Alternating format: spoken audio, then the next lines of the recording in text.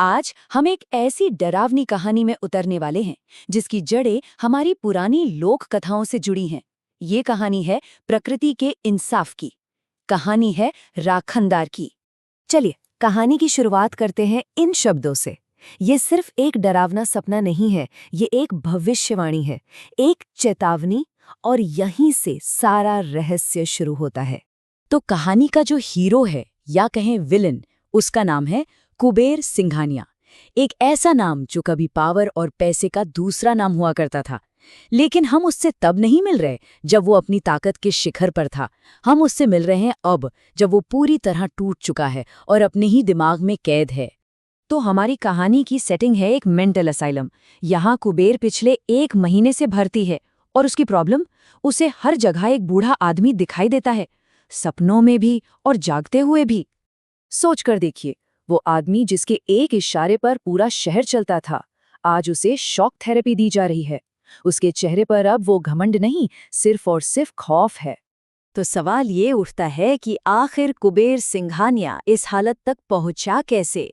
ये जानने के लिए हमें थोड़ा पीछे जाना होगा, उसके अतीत में, जहां उसकी बर्बादी की कहानी शुरू हुई थी।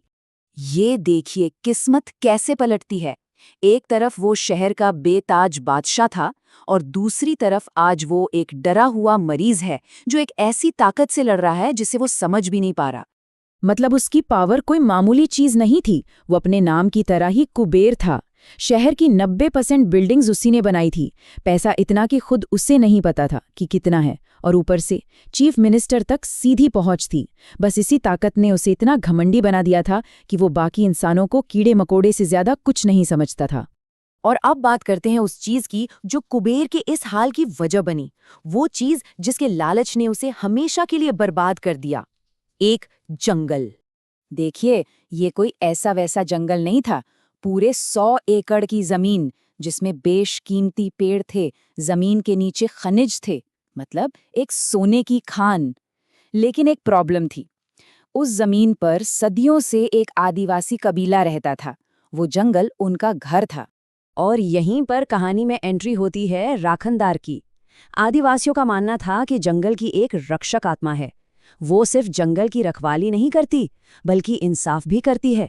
जो जंगल का भला चाहता है उसकी मदद करती है, और जो बुरी नीयत से आता है उसे सजा देती है। और मजे की बात यह है कि ये मान्यता सिर्फ इसी एक कबीले की नहीं है। देश भर में ऐसी रक्षक आत्माओं को अलग अलग नामों से जाना जाता है। वन देवता, जंगल बाबा, बूढ़ा देव। नाम कई हैं पर मकसद एक ही है, प्रकृति की रक्षा करना। तो आखिर कुबेर ने ऐसा क्या कर दिया था कि ये प्राचीन शक्ति उसके पीछे पड़ गई? चलिए अब जानते हैं उसके उस गुनाह के बारे में जिसकी कोई माफी नहीं थी। देखिए, ये सब अचानक नहीं हुआ। पहले कुबेर ने पैसे के दम पर जमीन खरीदने की कोशिश की, लेकिन आदिवासी अपनी जमीन बेचने को तैयार नहीं हुए। फिर उसने उन्हें डराना धमकाना शुरू किया, उनके जानवरों को जहर दिया, आग लगा दी। और जब इन सबसे भी बात नहीं बनी तो उसने गुस्से में आकर उनके भगवान राखनदार की मूर्ति को ही पानी में फेंक दिया। और बस यही उसकी जिंदगी की सबसे बड़ी गलती थी। अब कहानी पहुंचती है अपने क्लाइमैक्स पर। वो पल जब कुबेर का आमना सामना होता है सीधे उस ताकत से जिसे उसने चुनौती दी थी। आखिरी टकराव। जरा इस सीन को महसूस करने की कोशिश कीजिए। अस्पताल का कमरा अचानक बदलने लगता है। लाइटें बंद हो जाती हैं, दीवारों पर पेड़ की छाल जैसी दरारें पड़ जाती हैं, और हवा में गीली मिट्टी और जंगल की महक भर जाती है। ये इशारा था कि राखनदार आ चुका है। और फिर वो जमीन से बाहर आता है। लेकिन इस बार वो कोई कमजोर बूढ़ा आदमी नहीं है, वो खुद प्रकृति का गुस्सा बनकर आया है। उसका शरीर पेड़ के तनों से बना है, हाथ पैर उलझी हुई जड़ें हैं, और आंखों में सदियों पुराना गुस्सा जल रहा है। ये था राखनदार का असली रूप। और फिर राखनदार बोलता है, वो कुबेर को बताता है कि उसका गुनाह सिर्फ जंगल काटना नहीं था, उसने जंगल की आत्मा को छुआ था, एक पवित्र चीज का अपमान किया था। और फिर शुरू होता है हिसाब किताब। जमीन से हजारों जड़ें निकलती हैं और कुबेर को जकड़ लेती हैं। वो उसे धीरे धीरे जमीन के अंदर खींचने लगती हैं। उसकी चीखें वहीं दब जाती हैं, और कुछ ही पलों में जमीन वापस पहले जैसी हो जाती है, जैसे वहां कभी कोई था ही नहीं। बस उस जगह पर एक छोटा सा नया पौधा उगाता है। दुनिया की नजरों में कुबेर सिंघानिया बस गायब हो गया। एक फाइल बंद हो गई। लेकिन कहानी अभी खत्म नहीं हुई थी। 1 साल बाद जब उसके बेटे ने उसी जंगल पर दोबारा कब्जा करने की कोशिश की, तो जंगल में उसके शरीर के टुकड़े मिले। राखनदार का इंसाफ पूरा हुआ। तो ये कहानी हमें एक बहुत बड़े सवाल के सामने लाकर खड़ा कर देती है। आखिर लालच की असली कीमत क्या है? क्या पैसा और ताकत प्रकृति के कानून से बड़े हो सकते हैं?